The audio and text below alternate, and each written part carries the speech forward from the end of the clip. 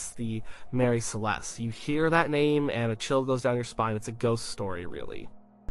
A ship found floating, sails set, no one on board. Just empty decks, a meal half eaten, a mystery that has puzzled people for over 100 years. It's one of the sea's greatest unsolved riddles, and people have come up with all sorts of ideas about, what happened. Some are pretty normal, some are wild, really wild. And one of those wild ideas, one that always gets folks talking, it involves a monster from the deep. A giant squid. Think about it. A huge, terrifying creature, big enough to cause panic, big enough to mess with a ship. It sounds like something out of a book, doesn't it? But the ocean is a strange place. And sometimes the truth is stranger than fiction. So let's just talk about it, really look at this idea. What if a giant squid attacked the Mary Celeste? What would that even mean? First, let's get the basic story of the Mary Celeste straight. Just the facts as best we know them. It was a brigantine. A type of sailing ship, not huge, but not tiny either. And it was built in Nova Scotia. This was back in 1861, not even that old when the mystery happened. Its name changed a few times, started as the Amazon, then became the Mary Celeste. Captain Benjamin Briggs was in charge. He was a good captain, experienced, he had his wife Sarah, and his 2-year-old daughter Sophia with him on this trip. That was not unusual back then. Sailors often brought their families. There were 7 crewmen too, 10 people in total on that ship. The voyage started in New York City. The date was November 7th, 1872. They were headed for Genoa, Italy. The cargo, a lot of denatured alcohol, about 1,700 barrels of it. This was alcohol that was made undrinkable, used for industrial things. It was a standard cargo, nothing too weird about it. The Mary Celeste set sail. Everything seemed normal. But then, on December 4th, 1872, another ship spotted it. This was the De Gratia. It was also a brigantine. Its captain was David Morehouse. He knew Captain Briggs. They'd even eaten together before the voyage started. So, Captain Morehouse recognized the Mary Celeste, but something was off. The Mary Celeste was sailing strangely. It seemed to drift. No one was on the deck. Captain Morehouse waited for a bit. He watched. No movement. He sent some of his crew over to investigate. Oliver DeVoe was the first mate on the De Gratia. He led the boarding party. What they found was just eerie. The ship was mostly intact. The sails were partly set, some torn, some flapping, but it was still floating fine. It was making good speed, in fact. The steering was just a little off. Inside, the cabin was deserted. No one was there. No captain, no family, no crew. The lifeboat was missing. That was a big clue. It meant they had left the ship on purpose, or at least in some kind of hurry. The logbook entries were current. The last entry was from November 25th. That was 9 days before the De Gratia found it. They had been somewhere near the Azores. Everything else was pretty normal. The cargo was still there. All 1,700 barrels, mostly untouched. A few barrels seemed out of place, maybe shifted. But nothing stolen. No sign of a fight. The crew's personal belongings were still in their bunks. Money, clothes, pipes, all there. The captain's chronometer, a very valuable timekeeping device, was gone. But his navigation instruments were still in his cabin. That didn't make sense. Food and water supplies were good, plenty to last the rest of the voyage. The ship's clock had stopped. The pump, used to get water out of the hull, was in good working order. There was some water in the hold, but not an alarming amount. Just what you'd expect on a ship at sea. No big holes in the hull. No obvious damage that would make them leave the ship. This is the core of the mystery. A perfectly good ship. Deserted. Why? What could make 10 people, including a captain with his family, leave a safe ship and vanish without a trace? Now, let's think about the other part of our theory, the giant squid. This is where things get really interesting, really scary. The giant squid, its scientific name is Architeuthis dux, is a real animal, not a myth. For a long time, sailors just called it the Kraken, a legendary sea monster. They would tell stories about it. But science has proven it's real. These things are huge. We're talking massive. They're the longest invertebrates on Earth. Their bodies, called mantles, can be as long as a small car. But then they have these incredibly long arms and tentacles. Some of them can reach lengths of 40 feet or more. Imagine that, a creature the size of a bus, maybe even longer, with 8 arms and 2 extra long feeding tentacles. It's built for power. Built for the deep. They live way down in the ocean, like really, really deep. That's why we don't see them much. They usually stay in the dark, cold waters, hundreds or thousands of feet below the surface. They come up sometimes, maybe to hunt, or maybe because they are sick or injured, but it's rare to see one at the surface. That makes them even more mysterious. And even more terrifying, because you just never know. They have huge eyes. the biggest in the animal kingdom. They are predators. They eat fish and other deep-sea creatures. They have these powerful suckers on their arms, each with a toothed ring, and a beak, a sharp, parrot-like beak, strong enough to crush bone. They are incredibly strong. Imagine something like that grabbing hold of a ship. For sailors in the 1800s, encountering such a creature would have been unimaginable. It would have been the stuff of nightmares. They knew the sea held many secrets. They had stories of krakens pulling ships down. They might have seen glimpses of something huge and dark in the water, but an actual attack, that would be total panic. So how could a giant squid attack a ship like the Mary Celeste? This is the core of our wild theory. Giant squids don't usually attack ships. They don't normally care about boats. They live in a different world. But what if? What if something made this particular squid act differently? Maybe it was injured. Maybe it was sick, disoriented. Sometimes deep-sea creatures come to the surface when they're not doing well. What if the Mary Celeste just happened to be sailing over it? Or what if the ship somehow provoked it? Let's imagine some scenarios. Scenario 1. A. Surface attack. The Mary Celeste is sailing along, maybe in calm waters. The sun is shining. Suddenly, a huge, dark shape rises from the water, or maybe it was already there, just under the surface hidden. Maybe it saw the ship as a threat, or as a very large, strange-looking prey item. Or maybe it was just confused. Then it strikes. Huge tentacles shoot out of the water. They wrap around the hull, or the mast, or the rigging. Imagine the sheer force. The ship would shudder. It would list. The masts would creak. Ropes would snap. The sound would be horrible. A wet, slapping, tearing sound. And the sight. Those huge, unblinking eyes, the suction cups, the sheer scale of it, it would be pure terror. Scenario 2, an attack from below. The ship is just sailing normally. Suddenly, from deep below, a massive force grabs hold. The ship shudders violently. It might be pulled down slightly, or pulled to the side. The crew wouldn't see it at first, just feel the immense pull. And then, as the ship fights against it, maybe the tentacles start to appear, grabbing at the keel, or the rudder, or even the lower parts of the hull. This might cause a different kind of panic. An invisible enemy dragging them down. What would an attack like this look like on the Mary Celeste? The ship would be rocked hard. The crew would be thrown around. Imagine Captain Briggs, his wife, his little girl. They would be terrified. The crew, hardened sailors, would be scared out of their minds. This isn't a storm. This is something alive. Something monstrous. Damage might be done to the railings. Or parts of the deck furniture. Maybe some of the ropes would be ripped. The sheer physical power of a giant squid could definitely cause some structural stress on a wooden ship. Not necessarily sink it, but certainly make it feel like it was about to. And then, the captain's decision. What does Captain Briggs do?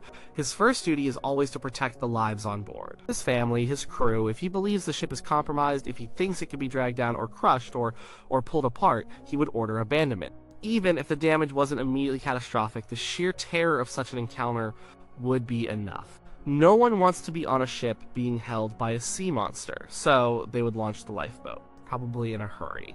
The story often says the Mary Celeste's lifeboat was launched from the stern, maybe even tied to a line.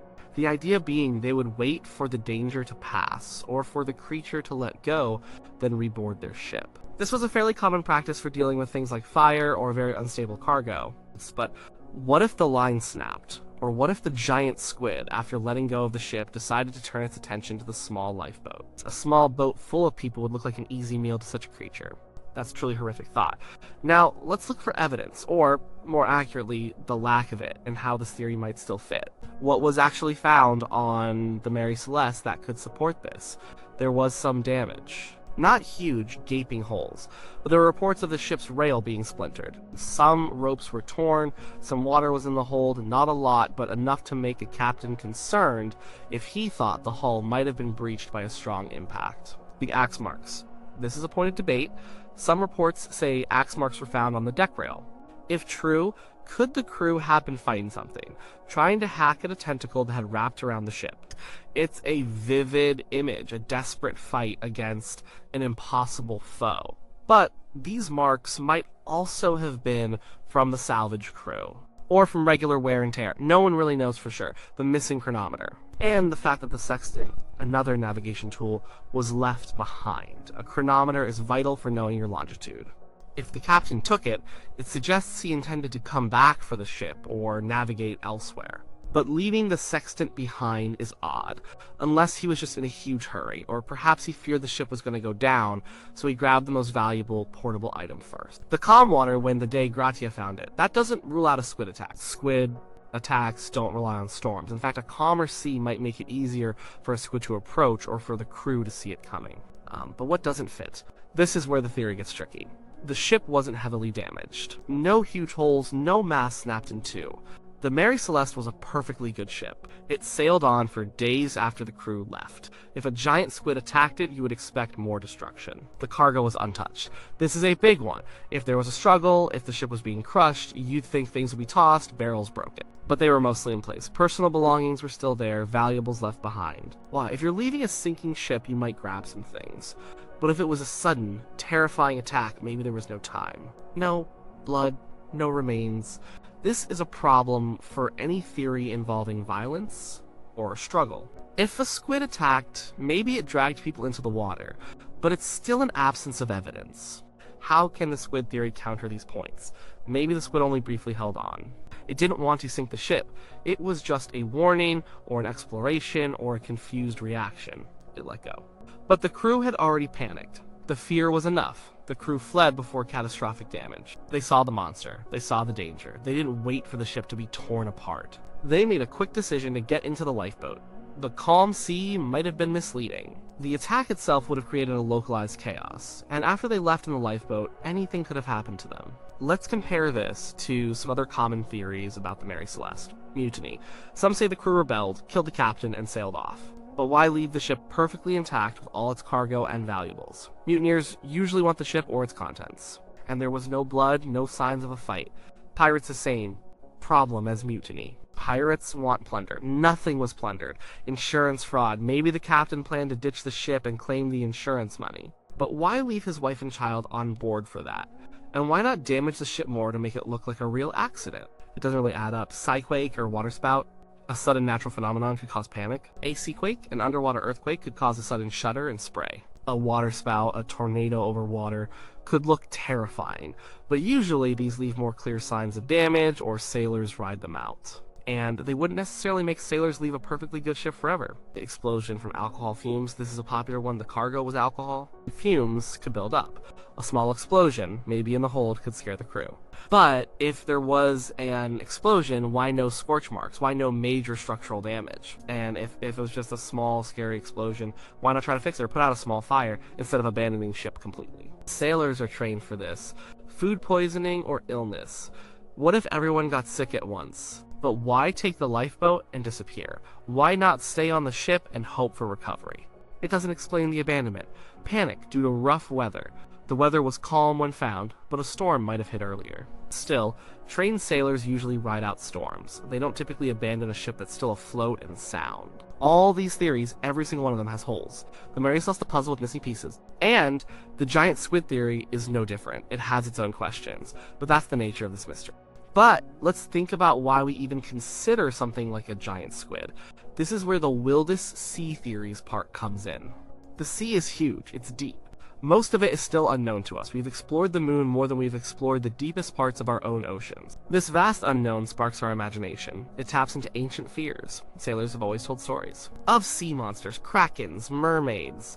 The sea is a place of wonder and terror. When something unexplainable happens, like the Mary Celeste, it's natural for our minds to go to the most dramatic, most primal fear. The unknown monster. The Mary Celeste is almost like a blank canvas. We project our anxieties about the ocean onto it. It's a what-if story. It doesn't need to be perfectly proven to be fascinating. It just needs to offer a compelling, if scary, possibility. It connects to those old myths, the Kraken. It gives a modern for the 1870s context to legendary beasts. It makes the world a little more mysterious, a little more exciting. And let's be honest, an attack by a giant squid is much more dramatic, much more thrilling than bad navigation or exploding fumes that leave no trace. It's a story that sticks with you. Let's elaborate on the panic. Imagine the scene. The Mary Celeste is sailing, the sun is out, or maybe it's dusk. The waves are gentle. Captain Briggs is perhaps having dinner with his wife and child in the cabin. The crew is on deck going about their duties. Everything is routine. Then, suddenly, the ship shudders. More like hitting a wave, more like hitting something solid, something alive. There's a strange noise, a deep thrumming from below, or a loud splash and a wet, sucking sound from the side. The ship lists sharply. Plates slide off tables. People are thrown against walls. The captain runs to the deck. His heart is pounding. He sees it. A huge, dark shape. Water is churning. A massive arm, thick as a tree trunk, wraps around the bow. Then another, and another. The tentacles are slimy, powerful suction cups big as dinner plates grab hold of the wooden hull. They make terrible popping sounds as they pull and release. The wood groans. The ship is held fast, or perhaps it's being slowly, inexorably pulled under. The creature's eyes. Huge, cold, unblinking, staring at them. The crew is screaming. They've never seen anything like it. This isn't a storm they can weather. This isn't a reef they can avoid. This is a living monster. Captain Briggs, a family man, has his wife and daughter on board. He can't risk them. He sees the ship being crushed or dragged away or just held captive. The fear is overwhelming. The animal might not even be trying to sink the ship. It might just be exploring or defending its territory, but to the humans on board, it's an attack. A final, terrifying battle. His first thought is life, not the ship, not the cargo. Life. To the lifeboat, he screams. Or maybe it's just a desperate hand gesture. The crew moves fast, fueled by adrenaline and terror. They know how to launch the small boat. It's a standard procedure. They get it in the water. They scramble in. The captain takes his family. The essential navigation tools are grabbed. Maybe not everything, just the most vital. The chronometer, yes. The sextant.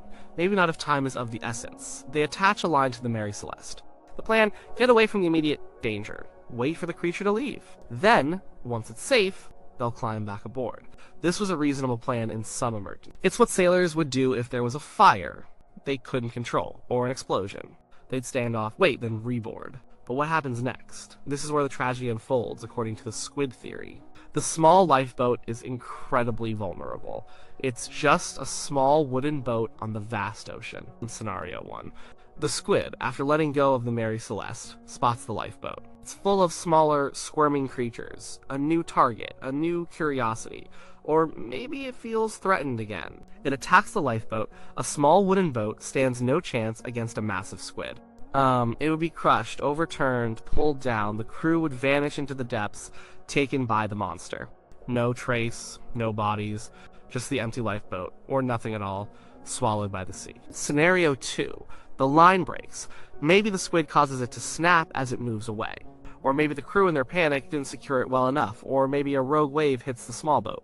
Now, they are adrift. No power, just oars, maybe a small sail. They are lost. The ocean is a vast, unforgiving place for a small open boat. Even if the weather was calm for a while, a squall, a sudden burst of bad weather could hit. A small boat would be swamped instantly. Or they could just drift, day after day. They're under the relentless sun, or through cold nights, thirst, hunger, exposure. These are slow, terrible ways to die at sea. Their bodies would sink or be scavenged by fish. Again, no trace. The Mary Celeste then becomes a tomb that sailed on without its dead. A ghost ship? Its crew vanished into the belly of a leviathan or lost to the indifferent expanse of the sea. So, when we come back to the Mary Celeste, floating silently, sails still drawing, the cargo intact, no one on board. It's a stark, chilling image. The giant squid theory is far-fetched. Yes, it is. We admit that. It's not the most likely explanation, there's no definitive proof. No tentacle marks that are clearly and undeniably from a giant squid. No eyewitness accounts. These creatures are so rarely seen at the surface, let alone attacking a ship. But it is compelling, it offers a dramatic, terrifying answer to a truly baffling question. It speaks to the deep, dark unknowns of the sea. It taps into our primal fears of what lurks beneath the waves. It offers a reason for the utter panic, the sudden abandonment, the complete disappearance of everyone. A force of nature, but a living, monstrous force. It reminds us that nature holds power we often forget. That even in the age of sailing ships, humans were still small and vulnerable against the true giants of the deep. And sometimes, the simplest explanation isn't the most satisfying, or even the right one. Sometimes the wildest theory just feels a little bit more fitting for a mystery so profound. The Mary Celeste remains a ghost story, a legend whispered among sailors, and the idea of a kraken attack, a giant squid rising from the black abyss to seize its victims, just adds another layer to that legend. It makes the ocean a little scarier, a little more magical, and perhaps that's why this wild theory, despite its improbability, continues to fascinate us all these years later. The sea keeps its secrets, and some of those secrets are truly monstrous.